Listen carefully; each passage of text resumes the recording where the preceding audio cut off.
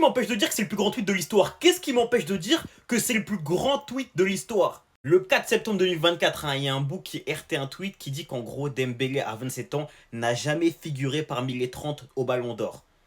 Le frérot IRT en citant le tweet et dit: je vous dis, la prochaine fois, donc même la première fois que Dembélé sera dans la liste des 30 au Ballon d'Or, et il finira Ballon d'Or. Il n'y a pas de demi-mesure avec lui. Les gars, est-ce qu'on se rend compte de la dinguerie? Un peu plus d'un an plus tard, les frères, dans 2 jours seulement, Dembélé sera sûrement le Ballon d'Or.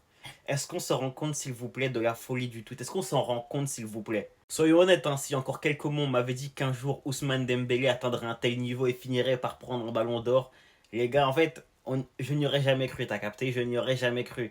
Mais force est de reconnaître qu'aujourd'hui, Dembélé est l'un des meilleurs joueurs du monde. Il s'est réinventé un poste qui n'était pas le sien.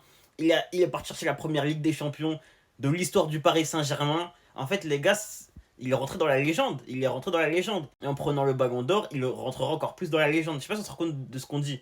Genre, Dembélé sera Ballon d'Or, les gars. Ousmane Dembélé va être Ballon d'Or. Les gars, c'est une dinguerie. En fait, c'est invraisemblable carrément.